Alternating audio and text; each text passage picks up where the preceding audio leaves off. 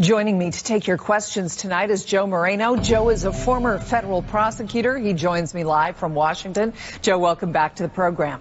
Hey, Carol, always great to be with you. We have a lot of questions tonight, so let's get right to it. Carter on Twitter wants to know, is this trial rigged in favor of Trump? How can they pick and choose witnesses and evidence?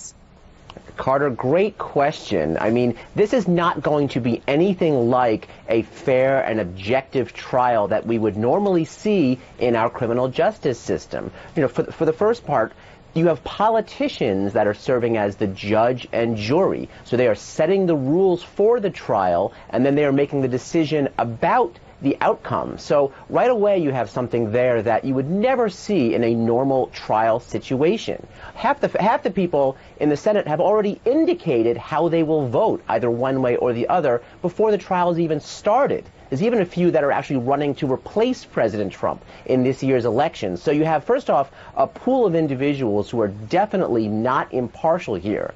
The second thing is that the president's party, the Republicans, they will very much control the process here. They will control if witnesses are called, if documents are subpoenaed, how long the trial will run, how long the days will be. Will they trap senators in their seats 6 or 7 days a week for weeks on end? The Republicans control all of that. And of course, that's the president's party. So whether or not you consider that rigged, it definitely is a one-sided effort that is unlike anything you would see when you normally think of a fair and balanced trial. Well, that leads directly to our next question from Jerry. Take a listen.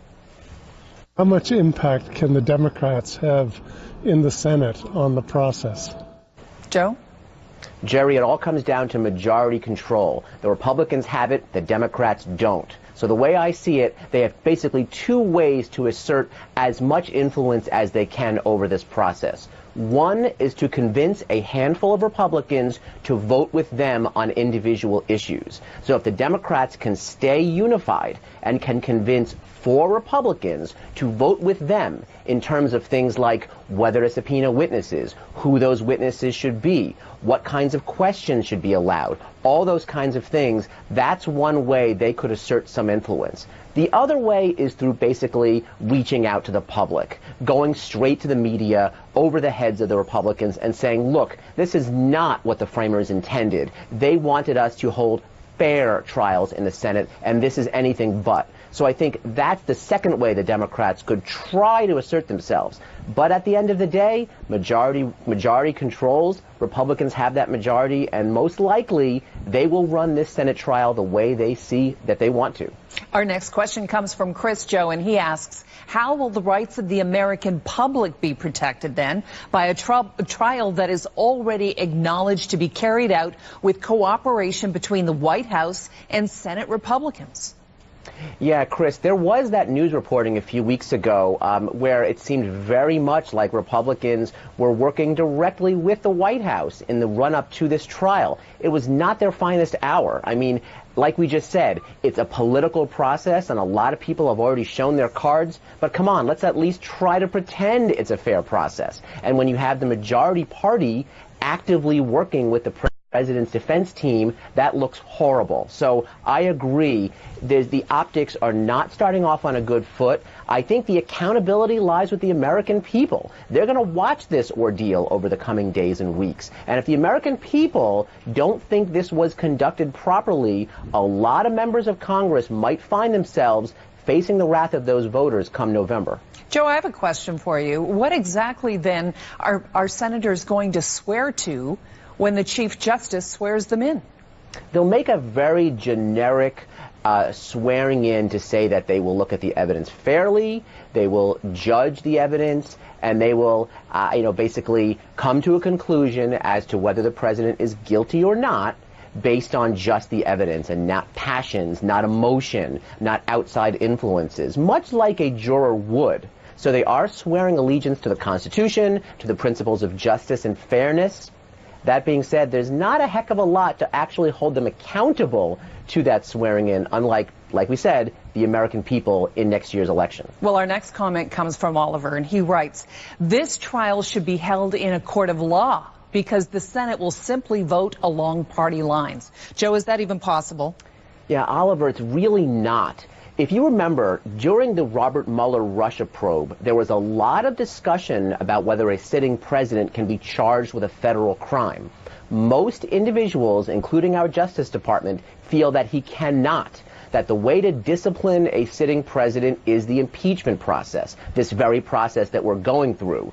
If a president is removed and he or she becomes an ordinary citizen, then that person can get prosecuted in a criminal trial. So unfortunately or fortunately, depending on how you view it, this is the process that we're stuck with, a very politicized, quasi-legal proceeding that has none of the trappings and none of the fairness of a traditional criminal trial. Our next question comes from Robert. He writes, why don't the Democrats want Hunter Biden to testify? Yeah, Robert, Democrats are in a little bit of a tough situation because on the one hand, they're saying that it's essential to hear from certain witnesses, John Bolton, Mick Mulvaney, maybe Rudy Giuliani like we just saw. But on the other hand, there are some witnesses they very much do not want to be called, and Hunter Biden is at the top of that list.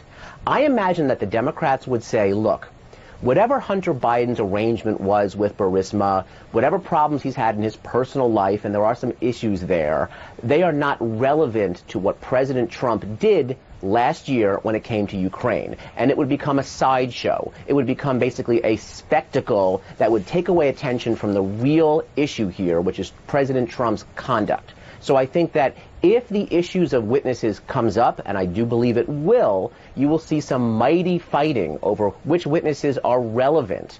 And whether Republicans agree and say, okay, you want John Bolton, we want Hunter Biden, maybe even Joe Biden. So I think you'll see a lot of that debate in the coming days. Okay, our final question tonight comes from Emma. Take a listen. What changes in terms of Trump's power now that he's being impeached? Joe, what changes if he is impeached in the Senate? Well, so, I mean, basically, he's been impeached, right? There are no changes to a president's powers once they've been impeached.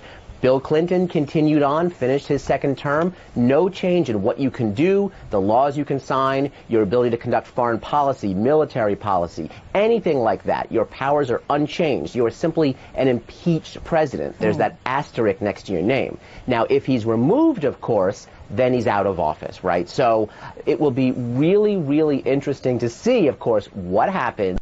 And ultimately, if President Trump is reelected, because that would be historic. To have an impeached president who is not removed from office and then is reelected would be truly remarkable. So I think there's going to be a lot we see in the coming months. But the short answer to your question, Emma, no change in his power due to his impeachment. All right, former federal prosecutor Joe Moreno in Washington. Joe, thank you. Excellent job tonight. Thank you.